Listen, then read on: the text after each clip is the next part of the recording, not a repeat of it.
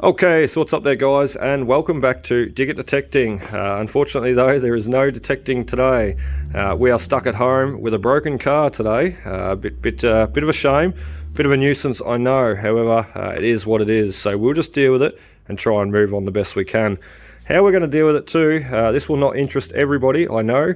However, for anybody that'd like to follow my journey, we will be filming and sharing basically how I remove and install the new gearbox. I will not be filming and sharing everything, however, just basically certain bits as I go. So look, what happened was 3/4 of the way to a site there the other week, about 40 minutes away from home, third, fourth gear and the overdrive let go in the transmission. So we had to creep home in first and second gear, some 40 kilometers an hour, taking about 2 hours to get home.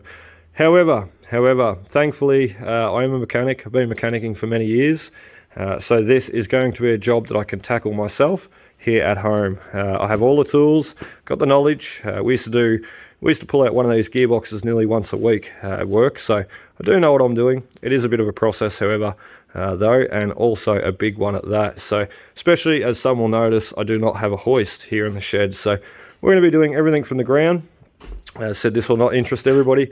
For anybody that wants to follow and basically see how I do it, I will be sharing and filming a few pieces. So we've removed the battery here, the secondary battery, gain access to the top bell housing bolts up there, whatever we can't get from underneath. And also we have removed inside the cab here all the center console interior plastics, thrown them into the back there, and basically what we're going to do is remove all the screws around there, remove all the sticks, gear control sticks, what have you, and basically pull all that out. It gives a big opening inside the cab here. Now from there I'm going to get an engine crane. I've got use of an engine crane, and the engine crane, basically an engine hoist, should come in here, slide in, and basically help assist me lower the old gearbox out and also raise the new gearbox back in. So as some will know, they are not small. They're not the smallest gearboxes out there. They weigh a couple of 100 kilos and they're quite big, basically the size of a small child. Anyway, so we will get going. As I said, this will not interest everybody, I know. However, we will be back to detecting very soon, and hopefully back out there ASAP as soon as we get this fixed. So anyway, let's get started.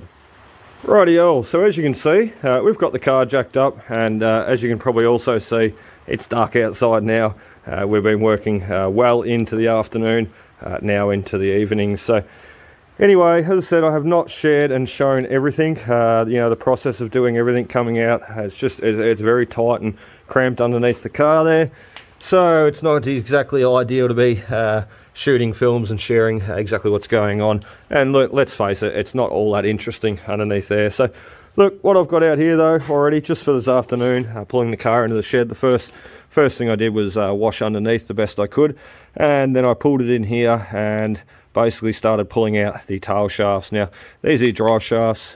You've got your rear drive shaft there and your front one there, driving your transfer case to your front diff. So basically remove them, remove your sway bar, your front bar there, marking everything as I've went. Also, it's important that these things go back exactly the same as the way they come off, especially the tail shafts, the drive shafts. So they actually are weighted in certain spots.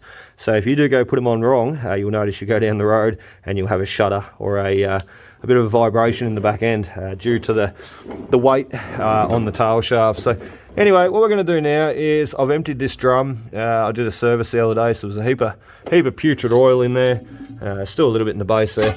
What I'm going to do though now is stop and go have some tea. But before I do that, basically with all the drive shafts and basically everything out of the way, we'll be working on the exhaust next. But we're going to drain that oil whilst we go have something to eat. So anyway, I'm going to get that draining, and stay tuned because it's going to be very interesting to see what it looks like after it's come out. I dare say pretty black and pretty smelly. Okay, so we are under the car now, as you can see, and we're about to let this oil go, this transmission fluid. As I said, it is going to be black. It's going to be stinky. So it's not hot. The car has not been running. Oh, there it goes. Look at that. There's probably going to be some metal filings in that too, I dare say. I'll be very keen. Inside the transmission pans here, they have located a magnet inside all transmission pans. Now, if you've got metal filings or something going on inside your motor or your gearbox, obviously that magnet is going to collect and catch and pick up all those metal filings. It's a bit of a shame. I did a transmission service to this not too long ago, and oh yeah, I can see some metallic flakes in there. But basically spent, you know, nearly $200 on good oil and a new filter. They've got a filter inside these to collect and catch any debris or any filings. Once again, I did a full service on this there not too long ago, and it cost me some $200, oil and filter, plus my time taking the pan off, removing it, draining it, what have you. And look at that, 2 months ago I replaced that oil. It was brand new Penrite automatic transmission fluid, the best of the best, $150 worth of oil, 4 litres or whatever I put in there, and look at it, it is as black as it comes. That is not healthy. Okay, so welcome back to day 2 of the transmission replacement. So as you were seeing prior, we basically jacked the vehicle up, opened that porthole in the middle there in the center console, exposing the top of the gearbox, helping us and allowing us to unbolt and remove a lot of the wiring loom, bolts, lines, transmission lines, everything, what have you. So last night, what you didn't see, I didn't film too much. I was sort of going through till about midnight last night, and basically we started that process. As I spoke about, it's all just a process. It's nothing too daunting. You just take it step by step. So we removed the starter motor. We got rid of the exhaust off the headers there. We removed one of the heat shields from off the bottom of the car there. We took off the cat and basically the catalytic converter, I should say. We didn't take the cat out. The cat's still in the car. We've got the tail shafts off, and we've got the front sway bar link off also, removed, all out of the way, ready to drop that gearbox down. We've also taken the front side step off the passenger side there. Also, basically, just to give, as you'll see, just to give that little bit more room, stop you from banging your head every time you get in and out from underneath the vehicle. It's the worst thing with working without a hoist. It's always a battle. So anyway, this is, I'll show you, the transmission fluid, believe it or not, that come out of the Patrol. It's not very healthy at all, is it? Look at that. And believe it or not, that was brand new transmission fluid. About 2 months ago, as I said, I did a service on this, trying to rejuvenate it, but look at it, it wasn't meant to be. So you see that metallic sort of swirly colouring in it too. I know the camera's not focusing there properly, but that metallic swirliness in it is basically indicating metal filings and basically shavings. So we've grinded some gears, we have done some catastrophic damage, struggle to say that word, catastrophic damage inside the gearbox there. So never mind, to be expected. And look, what's going to be really interesting, I don't have to do this, but I will. Being a mechanic, I always like to see these things and see, you know, what failed, what let them down, what have you. I'll be really interested to pull the pan on this and basically assess that magnet. There's a magnet inside the pan, and I know that I only cleaned it some 2 months ago. Cleaned it perfectly clean, put it back in there. Magnet is obviously there to pick up any metal filings recirculating through the gearbox that pass through the filter. There's also a filter inside the transmission case there. So look, we'll be pulling that magnet, we'll be having a look. The more metal filings on there, the more damage has possibly been done, especially, as I said, considering it was only pulled apart 2 months ago in service. So anyway, as you can see, we sort of went through with the plan that we had, that I spoke about. To begin with, as I said, I'm not going to show everything. However, a couple of handy old seat belts. I used to always save these seat belts in the workshop when I was working in the workshop, and you know, you get a car come in, needed a brand new seat belt in, so I'd always save them. And this is the very reason why right now. They've been sitting in my toolbox for years now, but look, always handy, these things come in handy. So anyway, as you can see there, we've slinged the gearbox so it's nice and safe. And look, this hoist is rated for a good couple of ton. It could probably lift my car up, especially that hydraulic ram there. It's a ripper. It was actually in a fire there, this hoist. and it got rebuilt by the father-in-law, and it's an absolute ripper. So I said it could lift my car off the ground. So I have no qualms about getting under there, under the car now, and getting under this heavy gearbox. This gearbox weighs about 200 odd kilos, about 180 without the transfer case bolted on the back. That's the transfer case there, and that's what engages your four-wheel drive. So even that would be probably a good 100 kilos or more. Anyway, we are nearly out. As you can see, I've already started unbolting the cross member, and we're lowering it down with the jack, with the trolley jack, and also at the same time using this and lowering it down. A bit of a seesaw, you know, working together, you know, working this way. It's a bit hard doing it by myself, but yeah, sort of just watching it come down slowly. Every so often I'm getting underneath there, making sure I'm not pinching any lines, or making sure that basically everything is coming out okay and not grabbing or ripping anything out. So you can see down there we've got the starter motor out, and now before it comes all the way out we need to get at the top bell housing bolt, as there is a bracket holding this transmission dipstick in. So we're going to get back inside the car now. I run a couple of extension bars and the rattle gun through the top of the firewall there, through the top of the engine, the transmission tunnel I should say, basically try and get at the 17 mil top bell housing bolt. So bit of a mouthful. Anyway, what do we want? 17 mil. We got 17 and rattle gun. Okay, so I tell you what, we have nearly got this beat. We've nearly got the old gearbox out already.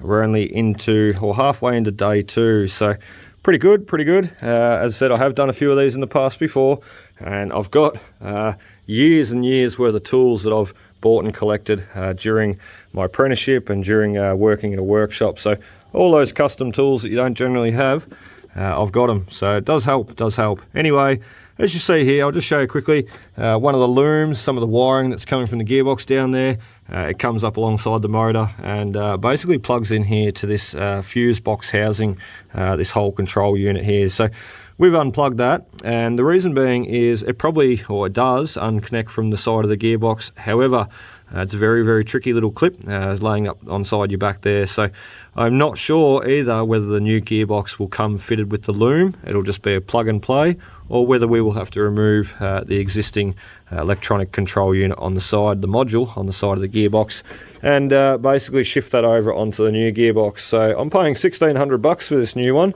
and you know, doesn't come with much. It's just a gearbox. We have to utilize our transfer case. We have to take off components and bits and pieces and basically reuse them off this old gearbox here, including all the wiring. So we've unplugged the wiring. We are ready to continue dropping the gearbox down now. And as you can see, I've been getting in here as it's been, the gearbox has been coming down. I've been able to get in here with my long extension bar, or doubled up I should say, and my rattle gun, rin, and I love the sound of those, they're cool. We used to have races in the workshop with them. Anyway, got in here and we got the bell housing bolts out. Now these are two of the top bell housing bolts.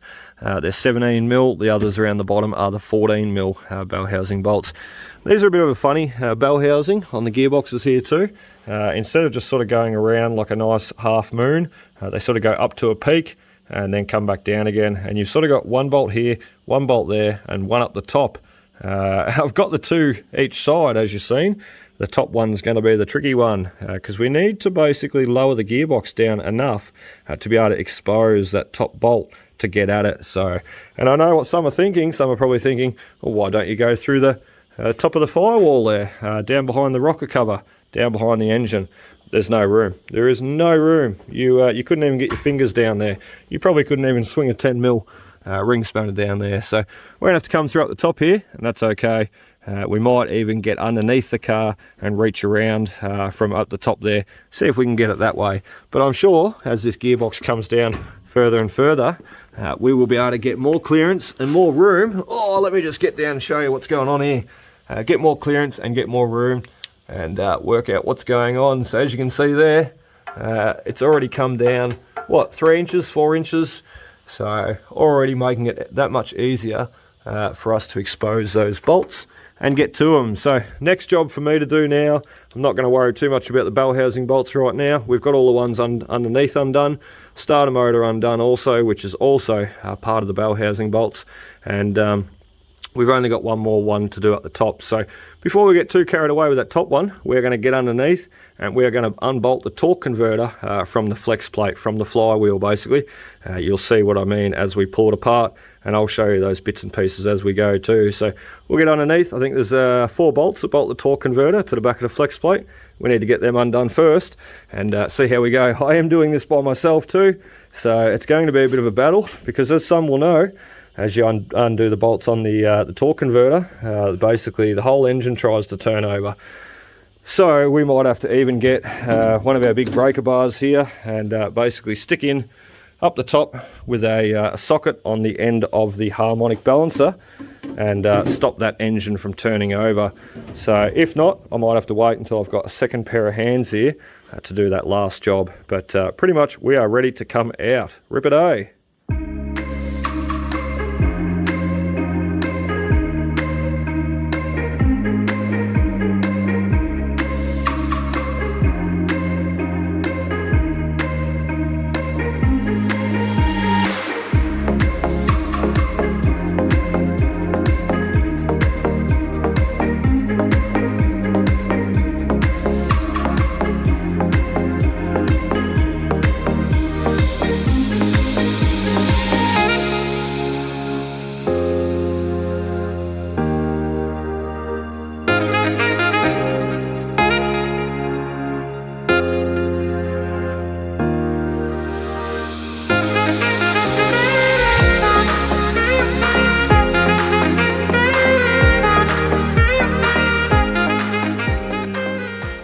Rightio, so that is the end of day 2. We've made some good progress today.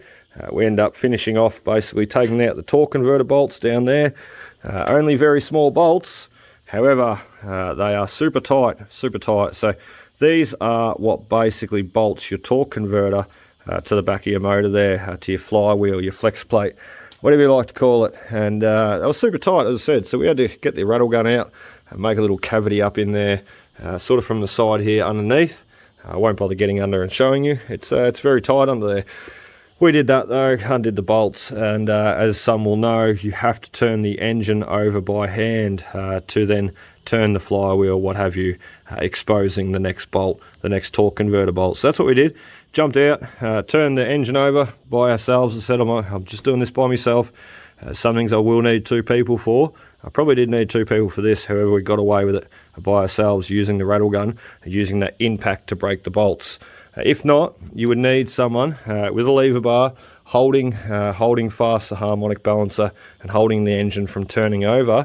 Otherwise, getting underneath there, you just got no hope of cracking those torque converter bolts. As I said, they are super tight. So anyway, that is, as I said, the end of round 2 for us today. And tomorrow, with the father-in-law here, I will be pulling this gearbox out. It is just hanging there right now. So as you can see, there's a fair bit of weight on that one. Not that front one. There's a fair bit of weight on that back strap, and also on that trolley jack down below, holding the weight too. So as I said, the gearbox is ready to come out tomorrow though, and I'm pretty excited to get it out and have a look. And not only that, pretty excited to get it out knowing that I'm halfway there. Once I get the new one, we can put it in and bingo, we will be on our way to that next site. Happy days. Anyway, it is tea time now, and also time for a cleanup. I am filthy. Okay, so welcome back there guys, and this is day 3. Well, technically actually day 4, because I actually went detecting yesterday in the goldfields.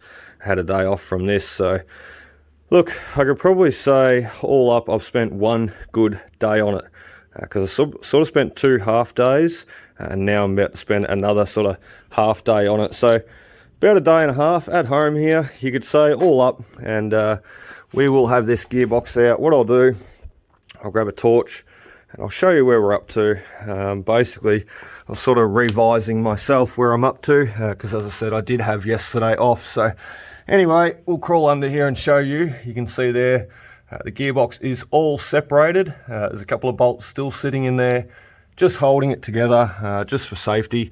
And while I was away yesterday, we actually had an earthquake here in Victoria. So, you know, while I was up there detecting, I was thinking, oh hell, hope the car's still sitting up on the jack stands. I hope the gearbox hasn't fallen out, although would have been quite nice if the gearbox fell out, wouldn't it? Saves me doing it today. Anyway, got the father-in-law coming, and as you can see, we are nearly out. I just need that second pair of hands to help me basically bring it down, bring it backwards, the gearbox, and drop it down safely. We've got the engine hoist here, we've got little scissor jack, we've got the other trolley jack, we've got an axle stand, we've got plenty of stuff there to support it. So we will be doing that. As I said, it is still bolted in. It's just sort of separated at the moment, but it is still bolted in, waiting just to pop out. So anyway, we are also expecting our new gearbox to arrive today, if not tomorrow, but I'm sort of expecting it today. So it'll be good. If we get the old one out, we can then use the engine crane to help get the new gearbox off. I'm not sure if the trucker's got a tail lift or whatnot, you know, a drop lift that comes at the back and drops the gearbox down, or whether we're going to have to lift it off with the engine crane here, which will be a bit of a mission in itself. But anyway, we'll do that. We'll bring the new gearbox in here on the floor here. We'll sit the gearbox, both gearboxes side by side, the old and the new, and we'll start swapping over all the components that we need to continue on and reinstall a new one. So we'll show you that as we go. So anyway, wait for the father-in-law, and then we're going to get this old gearbox out. Can't wait. Rightio, so we are that much closer, as you can see, to having this gearbox out. Look how big it is too. It's huge. As I said, transfer case bolted on the back there.